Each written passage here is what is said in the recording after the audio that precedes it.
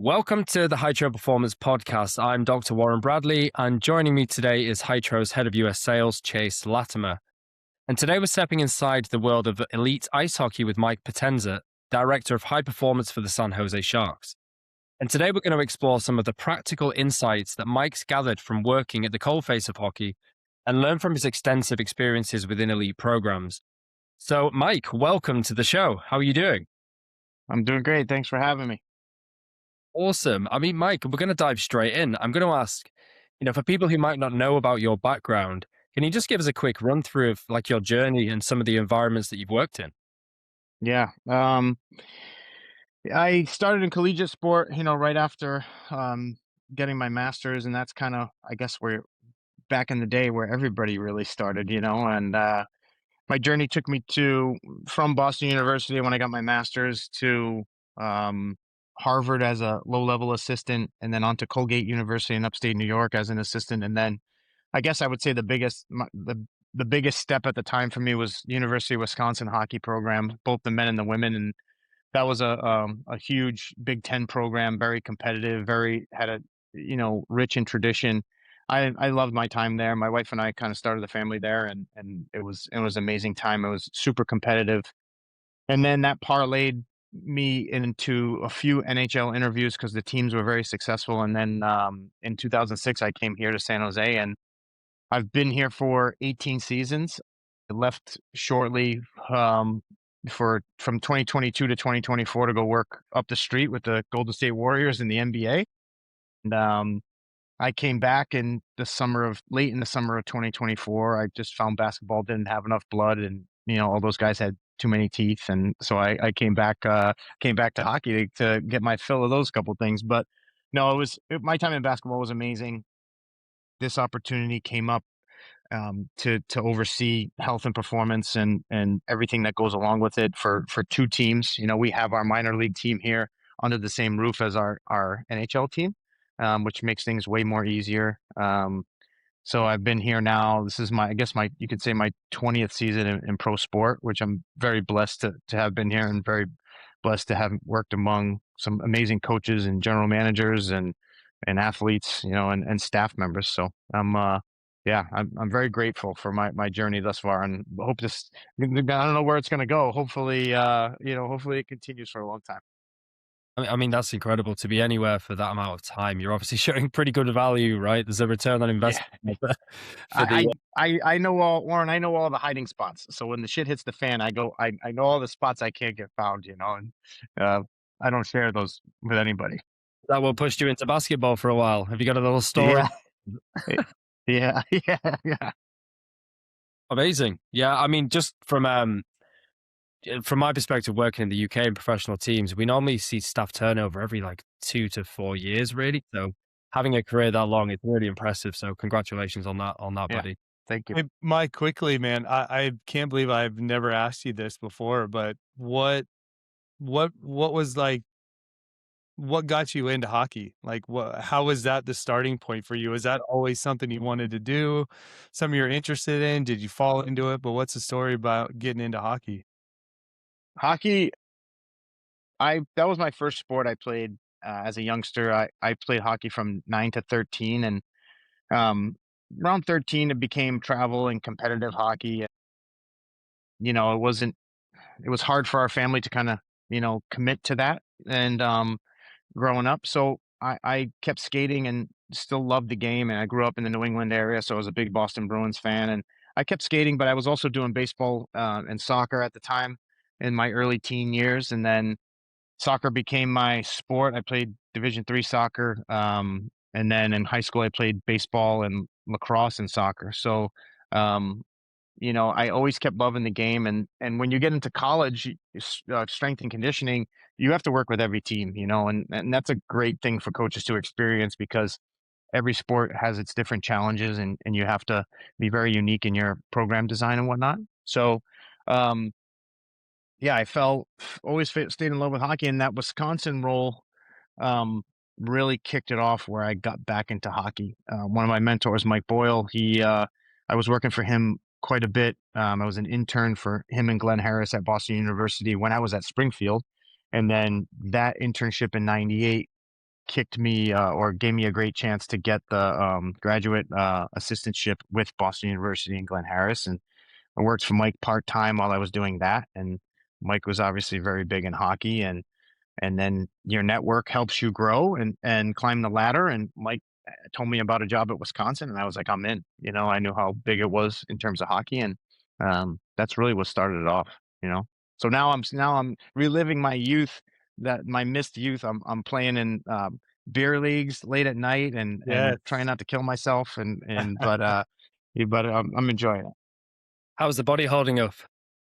Pretty good. Yeah. Good man. Yeah. Man, loads of Pretty beer, good.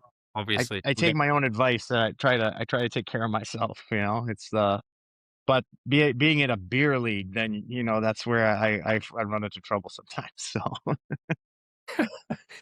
I mean, something that's really interesting to me. I'm going to be open. I'm quite naive to ice hockey, being a Brit, of course. Is the density of your match fixtures, like you're playing so often and so frequently. Like, how do you manage athletes through that kind of amount of load and volume? Like, what do you think separates the teams that hold up physically, kind of throughout that long season with such back-to-back demand? yeah, it's a great question.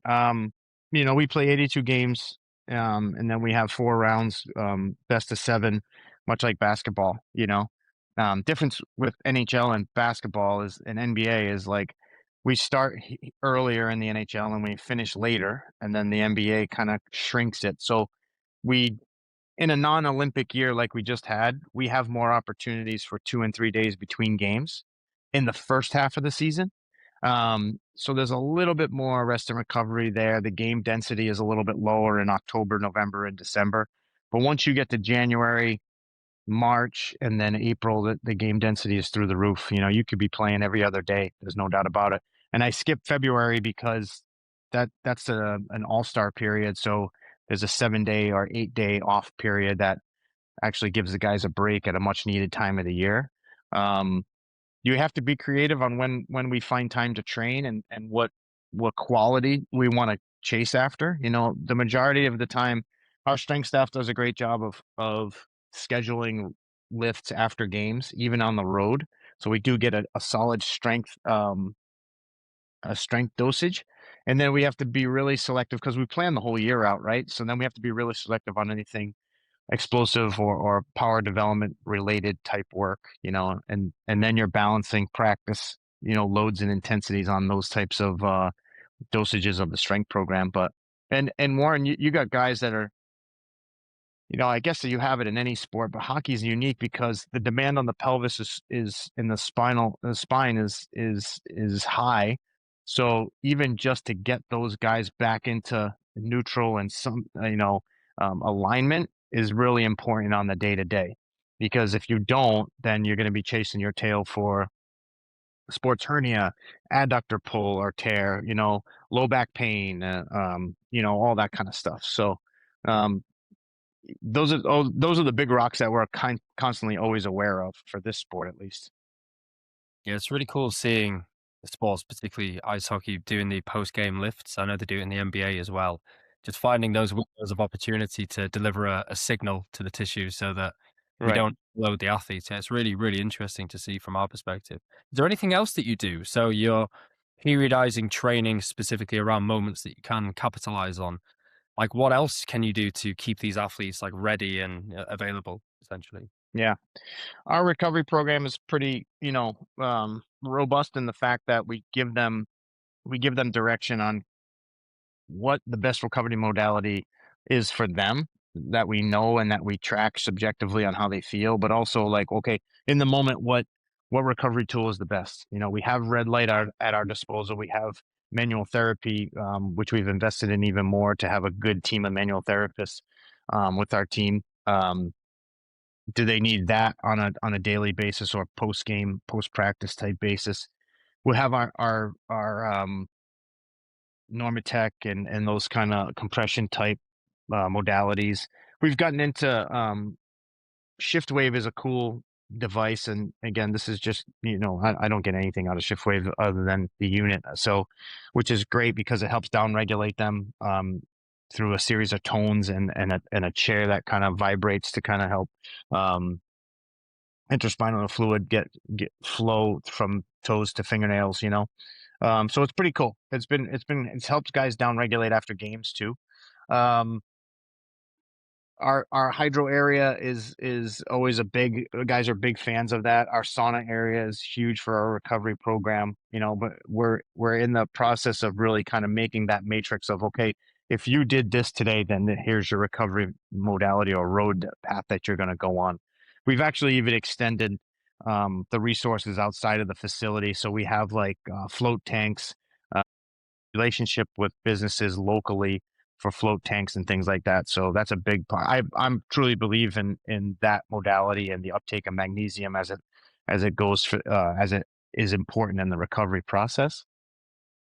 So those are big. Those are big for us. That whole you're constantly looking for opportunities to recover, and then on the road we take a lot of that stuff with us, and then we have to even look at another layer of what in that city is good. Is there are there businesses that are recovery related businesses in that city that we can tap into? You know, so we have, hey, they have hot tub, cold tub, they have, you know, sauna. We can, you know, get the bus together. Anybody who wants to go between 2 and 4, we're going to go there and do that. You know, so you got to kind of have this mobile office, if you will, you know, a mobile facility.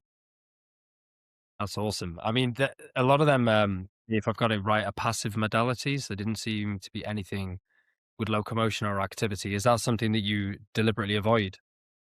No, you know, Chase and I have talked about this a lot, and this is kind of cool where the Hytro shorts come into play for our group is our post game rides and our training. You know, we've been able to use it quite a bit for our recovery rides and things like that. So guys have gotten a really great benefit out of it, and obviously the usage of it travels really well for us. You know, we're not having to lug a huge Pelican case with all these tools in it, but they're it's ready to go. So that's big for us post game. Um, some guys are doing from a more recovery based, and some guys are using the shorts occluded for a more training stimulus. Because remember, in hockey, it's again like basketball. You have guys who play a lot of minutes, and then you guys who had no minutes, or guys who play very few minutes within that 60-minute hockey game. So we need to get them more of a stimulus than they need to recover, right? So we've been able to use the technology, you know, both in both directions, both ways. Yeah, I think it's a pretty perfect opportunity, that post game lift, even, isn't it, to throw in some BFR because Yeah. in high fixture density, we don't overload the tissue. So BFR is a pretty good Hmm. way to do that, isn't it? Yeah. Chase was Yep. telling me before we got on the call that you guys, and you just mentioned it, use it a lot on the bikes post game, which is really really interesting and kind of unique. I think they do it in, well, they do it in soccer and like the Premier League and Championship, but I haven't necessarily heard about that in American sports. Is that pretty unique over there, or do a lot of teams and sports do that? Yeah, I mean, we're just scratching the surface. I mean, chasing with it, but we're excited to really dive into it, like for an entire team concept next year, or this coming season, obviously. But we've gotten a lot out of it in three, I would say, three areas. One, it was post game. Two, it was for guys who need a stimulus, for a good training stimulus with it, and also warm up, you know, actually four areas. Warm up would be, you know, that preparatory phase of like guys getting ready to go on the ice and getting a stimulus from it and turning all the motor units on. You know, that's been something I was picking Chase's brain out for a while, and I think it's going to be a great tool for that. The other area where when we first met and when I first dove into the shorts and the application was part of our conditioning plan on the ice. So what was cool about it is in hockey, the equipment, you know, in your hockey pants, or they're shorts, but they call them pants. It's kind of an oddity, right? So you have the ability to unzip on the inner thigh to get into your shin pad or whatever have you. So the shorts are exposed at that point. So unlatching can be very easy, you know.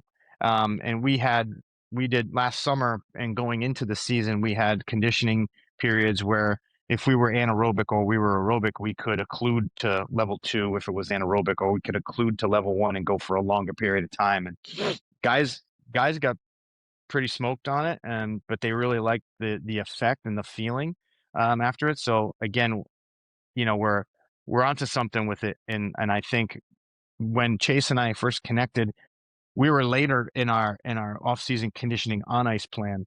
So now I can build it into the earlier stages, which begin August 3rd, I think, is the first Monday of the month. So that's when we're going to start to dive into it. So a lot of cool stuff around it. And again, the versatility of it is it's unique. It's second to none.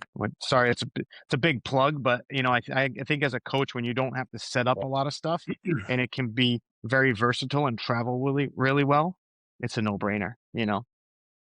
Mike, man, you hit on a couple threads that I find very consistent throughout our industry, and then my time as a coach is that when we're at home, even when we have the resources, right? Like there's no shortage of resources or modalities, etc. Things really tend to get challenging on the road, right? When all of those things are not available. And then second, so I'd love to hear a little bit more just like on the road. Maybe there's some things specific to hockey that are unique to the culture of hockey that athletes really gravitate towards. But can you speak just a little bit to like some of the travel demands when you're playing such a dense schedule and travel creates such inconsistency, and some of the things that you've found helpful to be able to overcome some of that inconsistency to ensure that these guys are ready day in and day out? Yeah. It's unique out of all the major sports in the US. Like hockey crosses the border more than any other sport. Like baseball travels across the border for one team, and basketball the same. So that adds a whole nother layer and a lot more hours on the back end of coming back to the States and having to clear customs for any hockey team really. And the minor league team has about, I think there's at least 4 Canadian minor league teams. So there's quite a bit of travel for them too. And they don't have ideal situations with flights and things like that. They're bound by, commercial airlines and whatnot. So that's a big challenge. And so what we do the next day is really critical. It may be like we're not practicing, but we need a good off ice workout and to get the guys ready and not just let them kind of lull into that monotony, and just do what we can to best prepare them. There's that. And then the schedule in manipulating the schedule is probably one of the more wiser things I did coming back here, and that I stole from basketball and really stole from the Warriors. It was really well calculated, and it was integrated from top to bottom, from coaches to performance staff to to players, and the fact that, hey, if we got in late or if we were changing time zones, then everything's getting pushed back to a more realistic time. So instead, if we always woke up, or if we always got the guys up at 9 o'clock for a 10 o'clock shoot around, or for a 9 o'clock for a 11 o'clock morning skate in hockey, then if we go on the East Coast, let's try to push it back a little bit, because if we're sticking to that same schedule, why are we getting the guys up at 6 a.m. California time when we're in the Eastern time zone? Like let's push it as late as possible, get them some extra sleep, get them a little extra time to acclimate to the environment and the time zone. So that's been a huge, Chase, for us being able to do so. And even traveling like to an Eastern time zone a couple days early when you can, to get an extra day of acclimation and activity and practice and training in. So like we use, like for, if we play an East Coast game on a Tuesday, we'll fly out on a Sunday, practice there Monday, and then play Tuesday. And our record shows like we're a more successful team when we get out a couple days early. And on the flip side is if you stay in that city and overnight and then travel the next day to another, maybe 2 time zones away, very helpful. So I hope that answers your question, but those Yeah, are just no, 2 of the strategies that we look at to battle the travel. There's a lot of nutritional things that we do as well, like to encourage sleep and recovery and all that kind of stuff. But those are the practical things, the real life scheduling things that are impactful. I think you made it sound relatively easy and simple, which is great. But I also imagine that getting to that point is not an easy straight line because you've got the head coach, you've got travel secretary, you've got all these factors that you have to. It's not just like, hey, skate around was Yeah. at 10 and now we're Yeah. going to do it at 12. It's not like you've got to get a lot of people singing from the same sheet of music if you're going to make those things happen. Right. And you got to hope it all goes well. Like, yeah, we could say, yeah, we're gonna get into, we're gonna leave right away. Let's get out of the like we just played Chicago and we got to get going because we got to cross the border and go to Yeah. Winnipeg and it's the same time zone, but at the same time, like you got to hope weather cooperates. You got to hope the bus doesn't break down or get a flat tire. You got to hope the flight crew is ready to go when we get there. Yeah, there's a lot of things that you hope that goes well, and then behind the scenes, the fans really don't see, you know. Um, but when the curtain opens, the guys are ready. So, Well, Mike, one thing I'm really curious about, and like obviously we've talked a bit about recovery up to this point, and you're doing some very unique things. Where do you see that impact athletes physically in terms of their readiness and how they're able to show up? Are you guys tracking certain metrics, or are there certain trends that you're seeing as the course of this season compounds? yeah, I mean, we have a ready. I mean, we utilize our jumps, our RSI as a kind of on our jumps, our counter movement jumps. We use that as a proxy to see if they're neurally fatigued or neurally dropping off throughout the year, and we do see dips in it. I would say we're getting jumps in about once a week. And once a week when we're always going to jump during the week when we're home. So we could see that neurally. We have a subjective questionnaire that we try to track on guys and look at. How are they feeling? How are your sleep scores? How is your sleep quality? It could change. It does change when we're on the road. Like a guy with a newborn baby at home, is not going to be sleeping a lot and getting a lot of hours of sleep. And then when we go on the road, they just get way more sleep. You know what I mean? Just, by default, just the nature of the situation. Um, the subjectivity is important. We track blood work 3 to 4 times a year. So we see cortisol measures and hormone levels and testosterone levels dip in the middle of the season. And we have our strategies on how to bring those back and return to baseline, like preseason baselines, which we're successful at. And that really helps our guys. Um, when the wear and tear picks up, Chase, like the first thing we do is we look at the group, like who needs to be on the ice and who doesn't need to be on the ice. And of those guys that need to be on the ice, are they a rookie who it's really wearing him down? Because a rookie playing college hockey can play 2.5 seasons, in a NHL season. Like there's only 33 games in a college hockey season if they're lucky. And then if they play all 82 games, it's almost 2.5 seasons. Um, for a Canadian junior player or a European player, they play about 60 games, 65 games. So they're still going to hit their walls, if you will. But they'll play like a season and a half in an NHL season. So the wear and tear and fatigue level on them and the travel, you add the travel to these young players that they've never experienced before.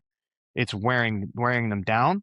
So I would say, we look at who needs to be in the ice, who doesn't. And then and if it's a veteran player where he has so much capacity built up and familiarity with the game and the routine, he actually will benefit from staying off the ice and getting some strength work in, to replace like the time that's going to be spent on the ice. So that's a big point too, is okay, if they're off the ice for recovery, then what are we doing, to help with that game day? And I think you have to have a real definitive plan as to what that off time off the ice looks like. Can you can't you got to do something that's stimulating enough to get their nervous system back on track, Yep. and be ready for the game that night or ready for the game that next day. So that's why these small bouts of occlusive bike rides help us. Um, Even the occlusion, of just, you know, 4 minutes on, 4 minutes off, just in the chair, getting some pumping action can help them a lot as well. I haven't thought about the, wearing it in the water yet. You and I were kind of talking about that, and that maybe being a possibility, which would be kind of cool. Right? We got to explore that, um, but yeah, every day is a new prescription. So it's so unique. You can't just make a blanket program for everybody. You should definitely consider using it in the water because, well, one, physiologically, we believe that there's a massively compounding of benefit, but also you can Yeah, decouple that psychological kind of difficulty. So ice baths, awful, BFR, uncomfortable. When you actually couple them, your brain kind of flicks between the two and it actually makes it way more tolerable. yeah, You mentioned there, which is again really interesting, that you jump on average once a week when you're at home anyway. And obviously that's to look at neuromuscular fatigue, right? So do you hmm have triggers like, up plus or minus 5% on their RSI, for example? And then do you have an intervention in place to support restoration of neuromuscular function? And that's leading me to, I believe, the cycling with BFR, but I just want to hear what yeah. you've got in place. Yeah, if we see numerous markers trending down on a particular player, and even there, we also kind of keep an eye. We also not kind of, but we also keep an eye on top speed achieved in games. And games happen so frequently that we can see the kind of ebb and flow. But if a player is continuously going down, and we understand there's a context of the game that they maybe don't have the opportunity to hit top speed, um, but it's concerning if they go beyond 3 games without hitting a top speed effort. And if so, all these markers are trending down, then we are more looking to be more recovery based. And we also have to understand, like, so the recovery base is like the modalities that are in the facility, but what happens at home, what's their sleep environment look like? How um are they nutritionally preparing themselves for sleep? Do they have the right nutrients on board to have a supportive sleep, and then decreasing cortisol if we can? Um, all of that. But that's kind of the decision making tree for the particular player. There's some really interesting research. Just it's gone in peer review at the moment. I'm not sure if you shared it, Chase. No, we But haven't. We actually haven't caught up on this one, Mike. But it's gonna be very consistent with a lot of the traditional like recovery methods of the NHL, just with that like post mhm, game recovery bike flush. And I'll let Warren dive into it, but it's one to definitely start exploring, looking at kind of next season. But yeah, go ahead, Warren. Yeah, I think what's really important is a lot of recovery modalities. The research or literature around them is around subjectives, typically, not objectively. Are we improving neuromuscular function? So there was a study just gone in peer review using intermittent BFR, so 3 lots of 5 minutes essentially, and they found a pretty significant improvement in neuromuscular readiness versus just a bike flush alone. So what we believe to be important is that cyclical or intermittent application of BFR, that on and release, so that fresh blood driven into tissue. And in a sport like ice hockey, I believe, where you need to be prepared every single day or every other day to play, I think you're already doing it, but perhaps didn't even realize there is a performance advantage, not just a subjective. So if you're seeing some trend down in their RSI, highly encourage you to deploy an active BFR recovery stim, whether yeah, that's a bike or a walk. yeah. I'm interested in seeing that research. That would be something I think guys would definitely, latch onto. Most certainly. Hmm. We'll get a shared for sure. Mike, how many guys would you say tradition like pretty consistently do some recovery bike flushes post game? With our team, man, we have half the team on there, you know. And if it's just half the team, yeah, I would say about half the team, which is great. And the other guys are maybe lifting after the game. So, and the guys who are on the bikes are doing both. So we're getting a good amount of compliance after game. you know, Post practice, we could probably get a bigger group, to do a little bit more, which is our target for this coming year, especially with the shorts. So, but yeah, it's a big tradition in the game for sure. Can I ask a kind of broad stroke question now that we're kind of talking about the topic of BFR as well? What to you was most appealing about adopting BFR more widely across your program? Because you've mentioned priming, training, recovery. You've mentioned you'll even consider it in water and maybe travel. But like, were you looking at gaps to fill, and was this an opportunity presented to you? Well, yeah, what was appealing? The I was first exposed to it, in the rehab setting, which I, feel like there's absolute strong presence, and I still do, and it's something we still go to, Um, but when I first met Chase and learned about Hytro, it was the versatility grabbed me. Knowing that the occlusions were researched and graded for a certain percentage, in a window or a range, that I felt pretty confident in that we were going to be in those ranges anyway. Having used it, obviously, I did feel very close similarities. The price point is excellent because then we can get all of our players a pair. Again, I go back to versatility, but having doing a lot of ideas just like clicked. So it's like, okay, I just don't need it for on the bike for a guy's ride with hoses everywhere. And then, I can't use it on the ice, or I can't use a traditional unit, a Delphi or whatever have you on the ice. Um, so it opened up so many windows for active training, recovery, and rehab. Those three main areas that I was able to apply it to our group. Whereas with an expensive unit that's on the market, or one of the ones that is out there, you're pretty much you're stuck to a specific mode of utilizing it. Does that make sense? Yeah, yeah, it makes perfect sense. I mean, they all have efficacy in different areas, right? So for rehab, specificity is really cool, but if you want to go on the ice, it's pointless because you can't do it. And I think I what's really interesting and exciting from our perspective, and me particularly co-founding the business, is just seeing this aperture keep growing and growing, and people like yourself using it in different ways. Like, we didn't even consider using it in an ice bath until a team did it, and we were like, "Holy Hmm. shit, that makes so much sense."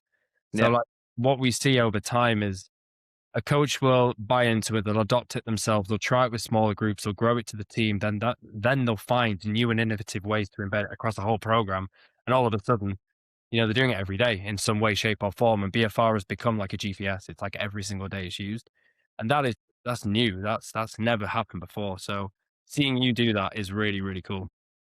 Yeah. There's so many applications that I wasn't thinking of. I mean, when Chase came to us and presented last year on everything, and well, that was prior to that, when him and I connected and started talking. I was like, oh man, like there's a lot of applications here. And then when we sat as a group with our human performance staff, or our health and performance staff, sorry, and Chase went through everything, it was even more so we were started to get ideas, and applying some of the routines that you guys have already created helps us too.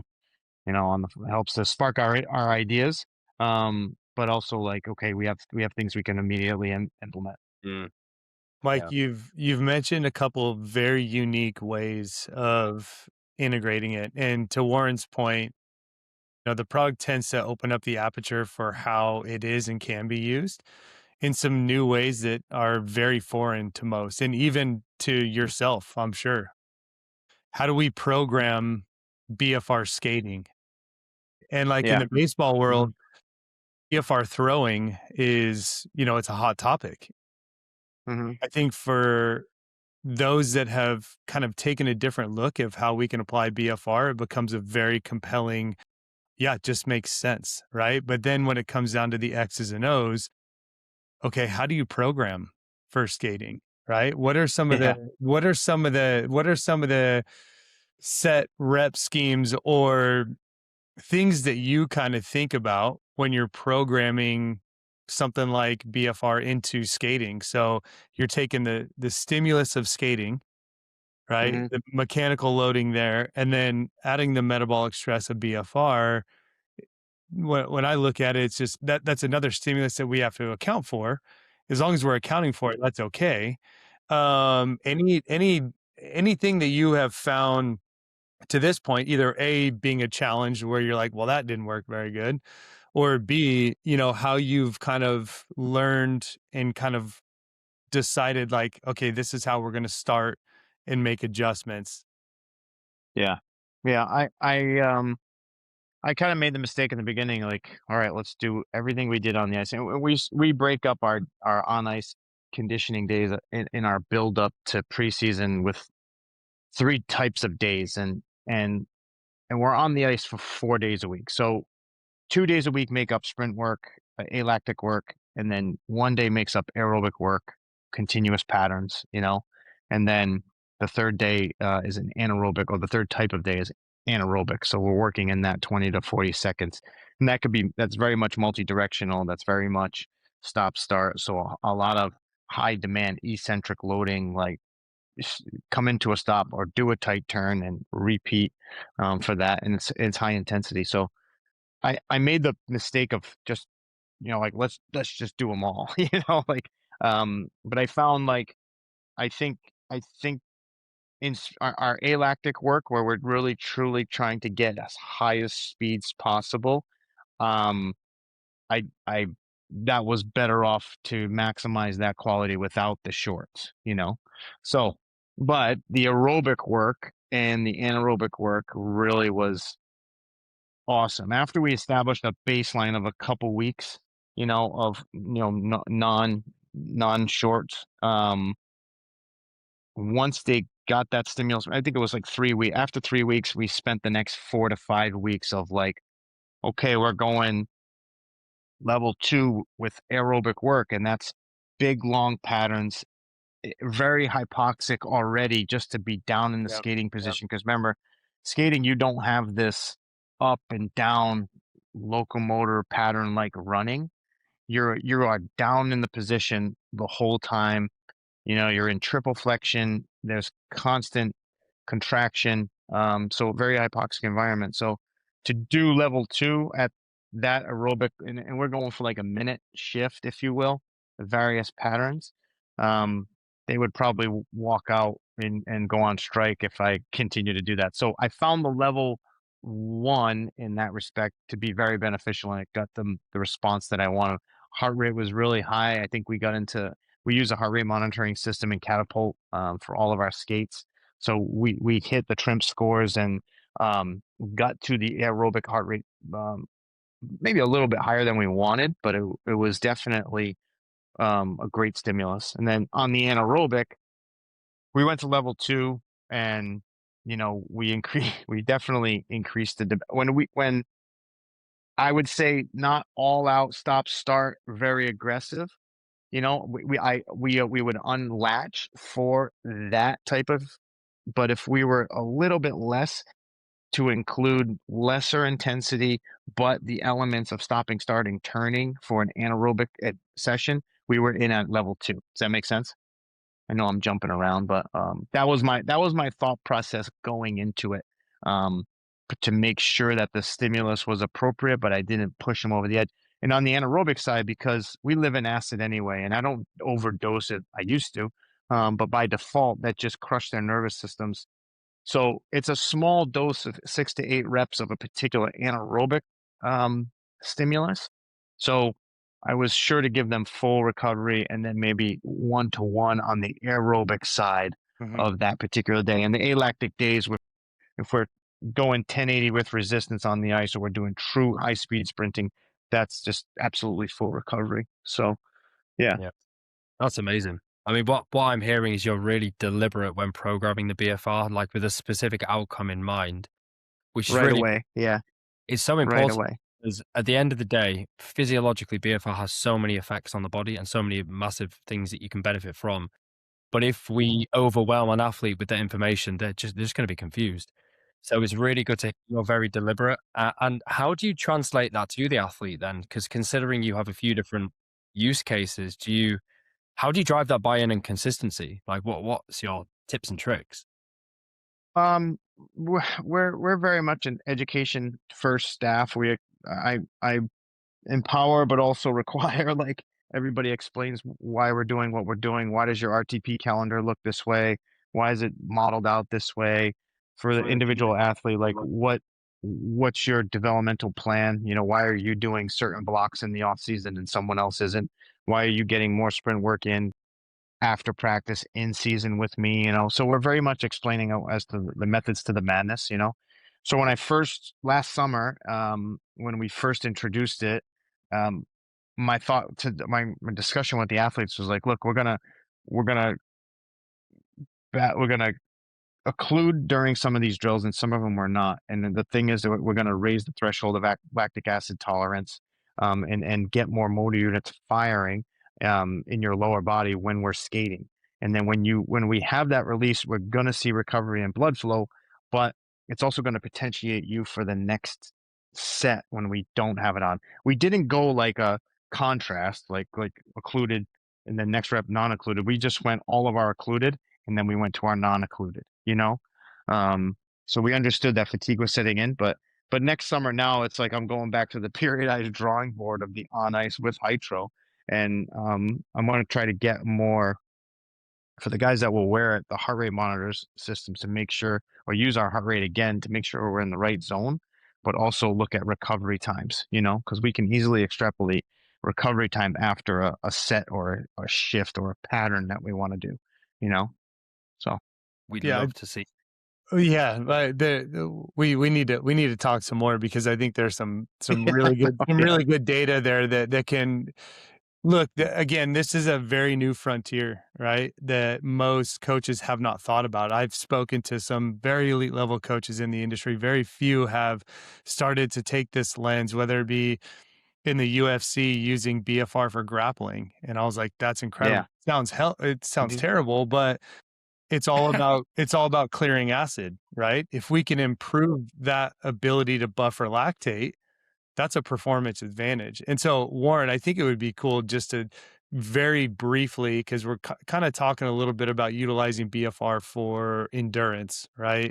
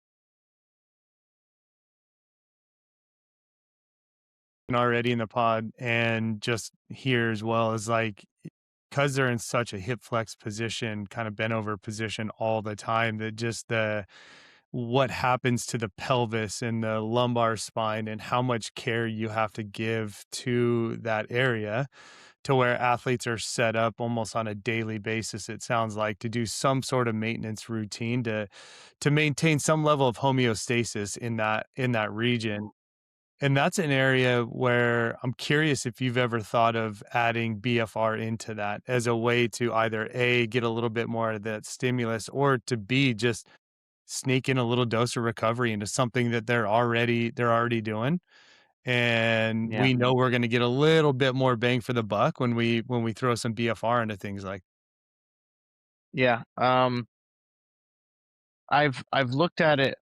Well, structurally, when you have those guys who traditionally have, they're malaligned, and you got to kind of, and that's because the tissue is pulling them into, a certain alignment or malalignment. Then we have to kind of recorrect that on the daily for some, and then your therapeutic exercise should kind of support where you want them to be in and hold them there. I think what I think what can be kind of cool. I haven't played around with it yet, and I haven't told you yet, but like guys who we know, who have that history, and we see asymmetries um on our force plates or whatever, like why wouldn't I do the warm up or prep, or why wouldn't I do the bike with one side occluded? The side that's not neurologically back to where we want it to be. Like Matt Jordan has amazing information on his post operative his return to ski athletes, and the jump scores and the neurological inhibition that happen. And Bill Knowles does too, but the neurological inhibition that happens even like 12 months after they've returned, 9 to 12 months after they've returned. So I know there's a benefit to occluding that side, and getting the, like you said, Warren, capillaries rebuilt, neurological systems reconnected. I think there's something to that where I know I want to dive into. And it was a thought early on. It was actually a thought a couple months ago when we finished the season and we knew we were going to have a couple guys here who had issues during the year. And I was like, and where everybody's banging their heads, like his ASIM is still off, and his vol dynamo leg strength is still off from left to right. And it's like, okay, well, what if maybe this is something we could do, So It, to be determined, you know what I mean? So stay tuned, Hytro fans.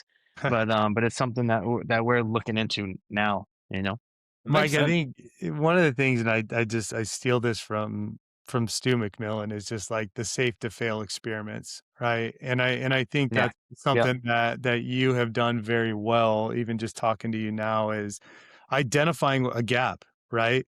That gap could be, hey, can we actually improve our on ice conditioning to gain an edge on ice in games?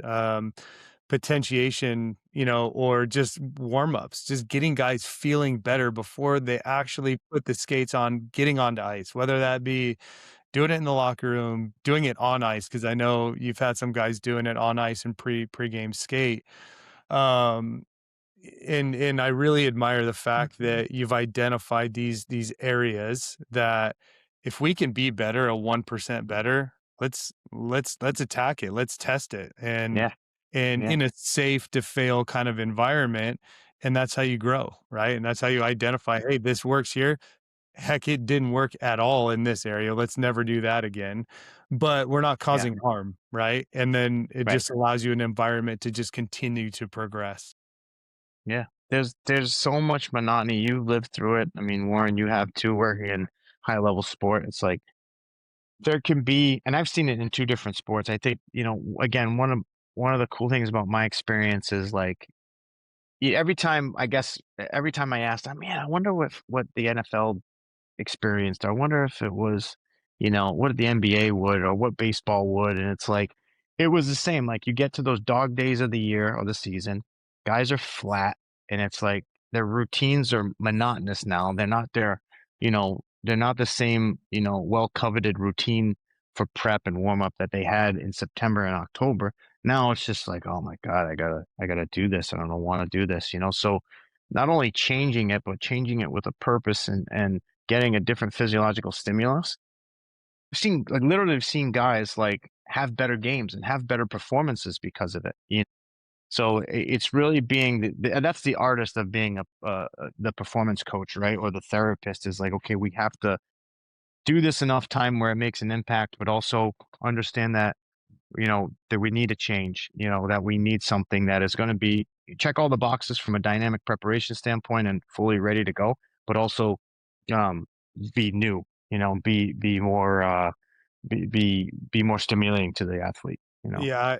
That Look, man, I think, and I've seen this in the MLB, right? Because it's 162 and 187 yeah, days, and yeah, guys hit August, and we used to call it the August ass, because guys are just like, I mean, everyone's a little short tempered, and then you get to September, and you're like, oh, there's 1 month left, right? We're either yeah. chasing for playoffs or we're just ready for the season to be over. Ultimately, we got to sustain and maintain a level of health and performance and keep these guys engaged. And what sometimes just stripping volume can be a win, right? And adding something very meaningful and intentful, like you mentioned, like the warm up. Like, these Hmm. guys warm up 2 to 3 times a day. It's like, I don't wanna do Yeah, this yeah, again. Is there an yeah. opportunity to strip that volume, but still get the bang for the buck, right? And it can be those small changes that just add up and make a difference over the course of a season. So, I love that mindset. I love that, and I can't wait to see where things go for you guys throughout the summer and Yeah, us leading too. into the season, now that you've kinda had a year under your belt. Yeah. Mike, it's always been amazing to hear the insights via Chase around what you guys are doing. So it's been great to chat with you about them today as well, and really, really appreciate your time. I do have just one final question, if I may, before we all go, and it's something we ask on every podcast. So I'd like to know, Mike, from your perspective, what does being built to outperform mean to you?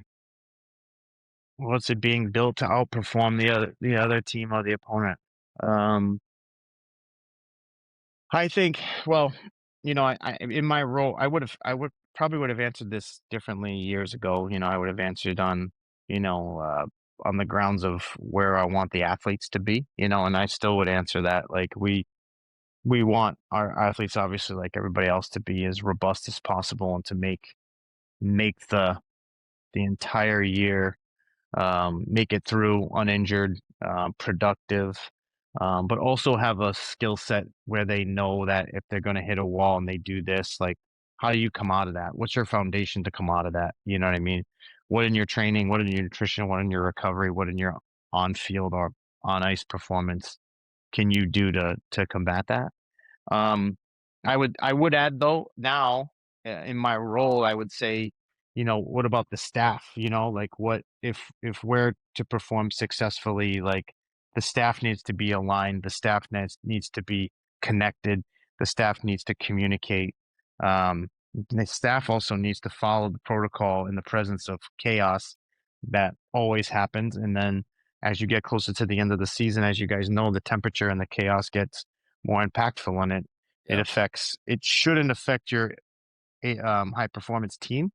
You know, it's going to affect the players. It's going to affect the coaches, but you need to be the department needs to be a rock, and it needs to be have a foundation of like, we're still going to take care of you the same way that we would have in game one as we are in game, you know, 82 or playoff game number 20. You know what I mean? So that's really for our success and to perform at a high level. We need to have that as a staff. So I would add that into the player and the staff kind of explanation. I think that's an incredible viewpoint on being built to outperform. We've never heard that before, but I like your coach centric take on it actually, and being that solid rock for the team. So awesome. Well, Mike, thank you so much for your time, and Chase, awesome to have you Thank you on. guys. Love it. Yeah, it's great. We'll speak again very soon. Awesome guys. Thanks so Yeah. much for having me. Thanks, Mike.